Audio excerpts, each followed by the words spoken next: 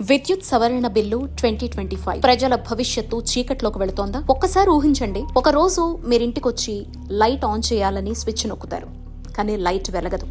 ఎందుకంటే మీ విద్యుత్ బ్యాలెన్స్ అయిపోయింది. మీరు వెంటనే మొబైల్ తీసుకుని రీఛార్జ్ చేయకపోతే మీ ఇల్లు చీకట్లో ఉంటుంది. ఇది వ్యూహాత్మక స్థితి కాదు, రాబోయే రోజుల్లో ఉత్పన్నమయ్యే దుస్థితి. ఈ దుస్థితి రావడానికి కారణం విద్యుత్ సవరణ బిల్లు 2025. అసలేంటి బిల్లు? కేంద్ర ప్రభుత్వం చెబుతోంది ఏంటంటే, ఈ బిల్లు వల్ల విద్యుత్ రంగంలో సంస్కరణలు వస్తాయి, పోటీ పెరుగుతుంది, సేవలు మెరుగవుతాయి, దేశ అభివృద్ధి వేగంగా జరుగుతుంది. ఇవన్నీ వింటే చాలా బాగానే అనిపిస్తుంది, కానీ ఈ బిల్లును లోతుగా పరిశీలించినప్పుడు కొన్ని చాలా తీవ్రమైన ప్రశ్నలు ముందుకొస్తున్నాయి. ఈ సంస్కరణలు నిజంగా ప్రజల కోసమేనా, లేక కార్పొరేట్ కంపెనీల కోసమా? విద్యుత్ ఒక వస్తువా లేక హక్కా? ఇప్పుడు మనం ఒక ముఖ్యమైన విషయాన్ని గుర్తు చేసుకోవాలి. విద్యుత్ అంటే ఏంటి? ఒక లగ్జరీ వస్తువా? కాదు. ఇది నేటి కాలంలో ప్రజల ప్రాథమిక అవసరం. ఇంట్లో దీపం వెలగడం నుంచి పిల్లల చదువు వరకు, నీటి పంపుల నుంచి ఆసుపత్రుల వరకు, వ్యవసాయం నుంచి పరిశ్రమల వరకు ప్రతి వ్యవస్థ విద్యుత్ పైన ఆధారపడుంది. అలాంటి కీలక రంగాన్ని లాభాల కోసం పనిచేసే కంపెనీలకు అప్పగిస్తే ఏం జరుగుతుంది? ఇప్పటి వరకు ప్రభుత్వ రంగ విద్యుత్ సంస్థలు ఒక ముఖ్యమైన బాధ్యతను తీసుకున్నాయి. కొన్ని ప్రాంతాల్లో నష్టం వచ్చినా కూడా విద్యుత్ సరఫరా కొనసాగించాయి. గ్రామాలకు, గిరిజన ప్రాంతాలకు, పేదల కాలనీలకు లాభం లేకపోయినా విద్యుత్ అందించాయి. ఎందుకంటే వాటి లక్ష్యం కేవలం లాభం కాదు, సామాజిక బాధ్యత కూడా. కానీ ప్రైవేటు కంపెనీల లక్ష్యం ఏంటి?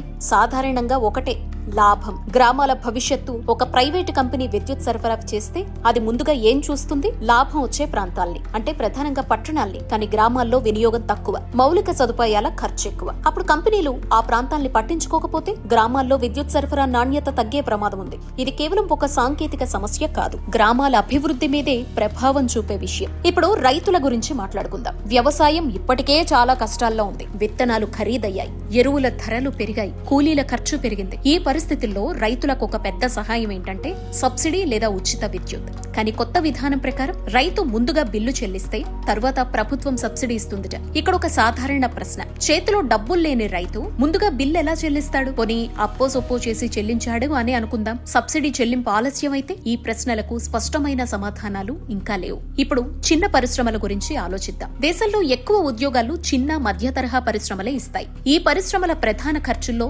విద్యుత్ ఒకటి. విద్యుత్ ధరలు పెరిగితే చిన్న పరిశ్రమలు పోటీలో నిలబడలేకపోవచ్చు. పెద్ద కంపెనీలు మాత్రం తక్కువ ధరలకు విద్యుత్ పొందే అవకాశాలు ఉంటాయి. ఇది చిన్న వ్యాపారాలకు పెద్ద ప్రమాదం. ఇంకో ముఖ్యమైన అంశం, ప్రీపెయిడ్ స్మార్ట్ మీటర్లు. ఈ విధానం ప్రకారం ముందుగా డబ్బు చెల్లిస్తేనే విద్యుత్ వినియోగించుకోగలుగుతారు. ఇది మొబైల్ రీఛార్జ్ లాంటిదే. కానీ ఒకసారి ఆలోచించండి, రోజువారీ కూలీ పనిచేసే కుటుంబం మధ్యలో డబ్బు లేకపోతే వారి ఇల్లు చీకట్లోకి వెళ్లిపోతుంది. అప్పుడు విద్యుత్ ప్రజల హక్కు కాదు, కొనుగోలు చేసే వస్తువుగా మారిపోతుంది. ఈ బిల్లుపై మరో పెద్ద విమర్శ ఏంటంటే, ఈ బిల్లు రాష్ట్రాల అధికారాల్ని తగ్గించొచ్చనే తీవ్ర విమర్శలు వెల్లువెత్తుతున్నాయి. విద్యుత్ రంగం సమాఖ్య వ్యవస్థలో కీలకంశం. కానీ కొత్త చట్టంతో కేంద్రానికి ఎక్కువ అధికారాలు వెళ్లే అవకాశం ఉందని కొన్ని రాష్ట్రాలు కూడా ఆందోళన వ్యక్తం చేస్తున్నాయి. చివరి ప్రశ్న, సంస్కరణలు అవసరం, కానీ ఆ సంస్కరణలు ప్రజల కోసం పనిచేస్తాయా లేక కొన్ని కంపెనీల లాభాల కోసం మాత్రమేనా? విద్యుత్ ప్రజల హక్కుగా కొనసాగుతుందా లేక ఒక ఖరీదైన వస్తువుగా మారిపోతుందా? కేంద్రం తీసుకునే నిర్ణయం వీటిని నిర్వచిస్తాయి. ఇది ఇవాల్టి వీడియో. నచ్చితే తప్పకుండా లైక్ చేసి మీ ఫ్రెండ్స్ అండ్ ఫ్యామిలీ మెంబర్స్ కి షేర్ చేయండి. మరిన్ని